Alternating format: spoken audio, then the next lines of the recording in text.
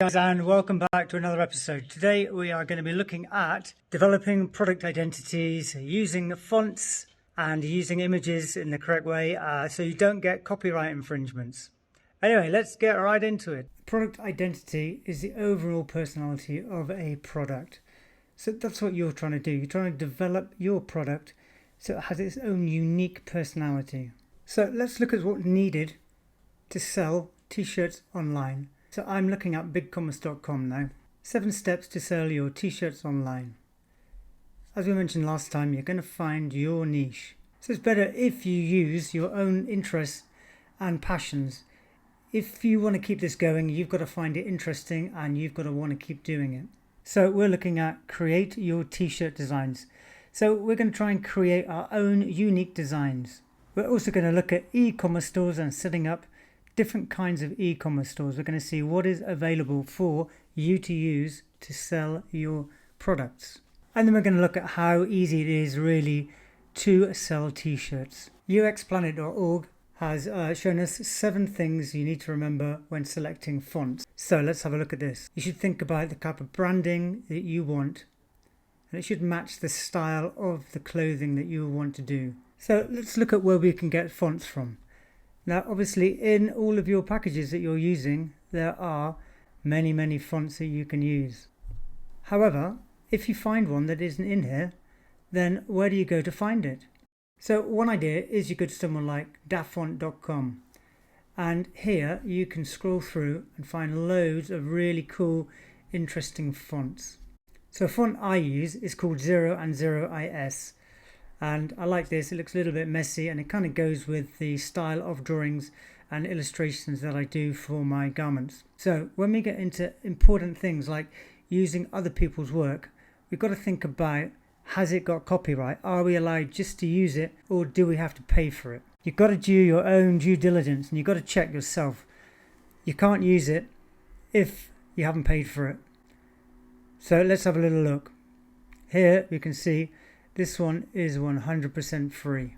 Another font that I found that I really like is called Script. This one, however, is only free if you are using it for personal use only, and we want to use it for commercial use. So if you follow the link to the Script page, the font looks very cool, and I actually think that I will buy this one. So let's have a look here. We want to have probably commercial use, €69. 1 user, 5 computers, unlimited commercial projects, lifetime license. So if we can sell a few t-shirts, then €69 probably is not a bad deal. Okay, so where else can you get fonts from? So you might look at using something like Canva.com.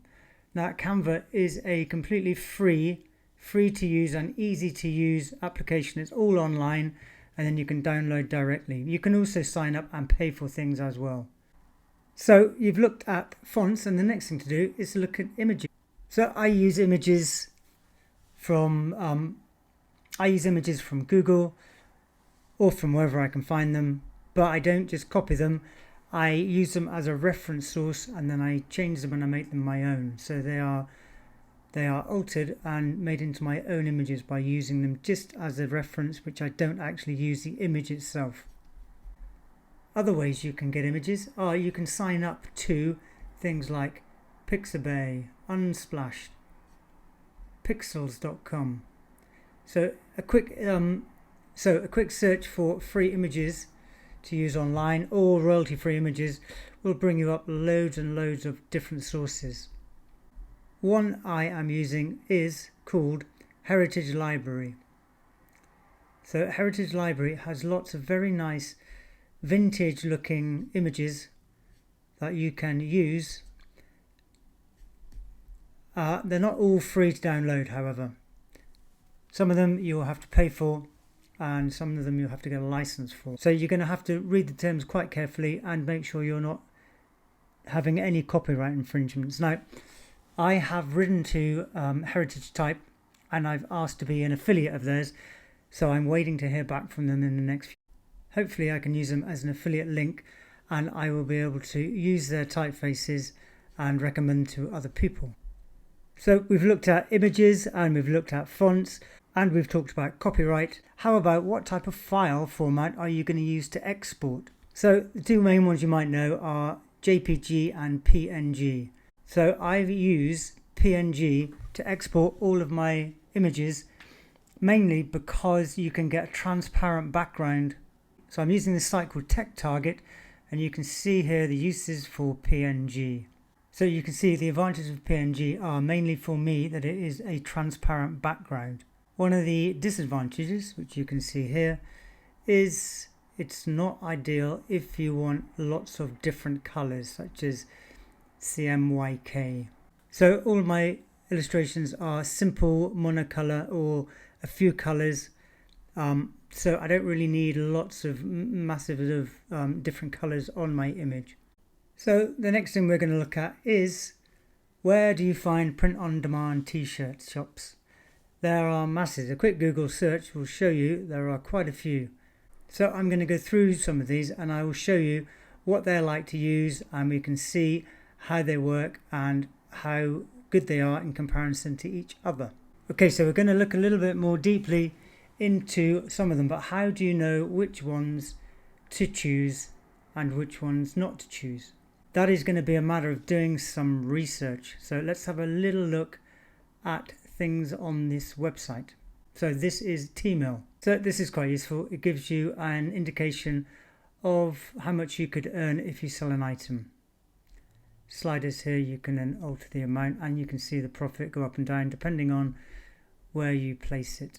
So with a lot of these companies, you've got to do all your own marketing, which is one of the downsides to starting this online t-shirt company, is you've got to then go out of your way to market it, sell it, draw traffic to your site, get people to buy it. So how do you know what these things do? Well, you can do a YouTube search and you can see what they say about themselves, or you can see what other people say about them. T-shirts online just got a whole lot easier with Tmill.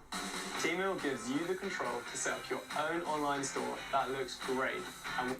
So you can look through that. So if you don't want to believe their own hype, you could look on Trustpilot.com. Trustpilot reviews different sites. Lots of different people give a star review rating and they write their own reviews, and it's all completely independent. So if you're not sure, then check it out on Trustpilot and see what they recommend. Okay, depending on where you are in the world, you might want to look at the end of the URL and see where it's located. So if it's .co.uk, that'll be a UK one, and the .com ones could be pretty much anywhere, but more than likely in the US. So you have Printify here. Probably one of the biggest ones is Shopify, and you can link this Shopify shop very easily to print-on-demand services. You have Bonfire. So they have a lot of different functionality that we'll be looking at later on. So choosing it is going to be a little bit about research, a bit about personal preferences, a bit about your location. So it depends what you want and where you are.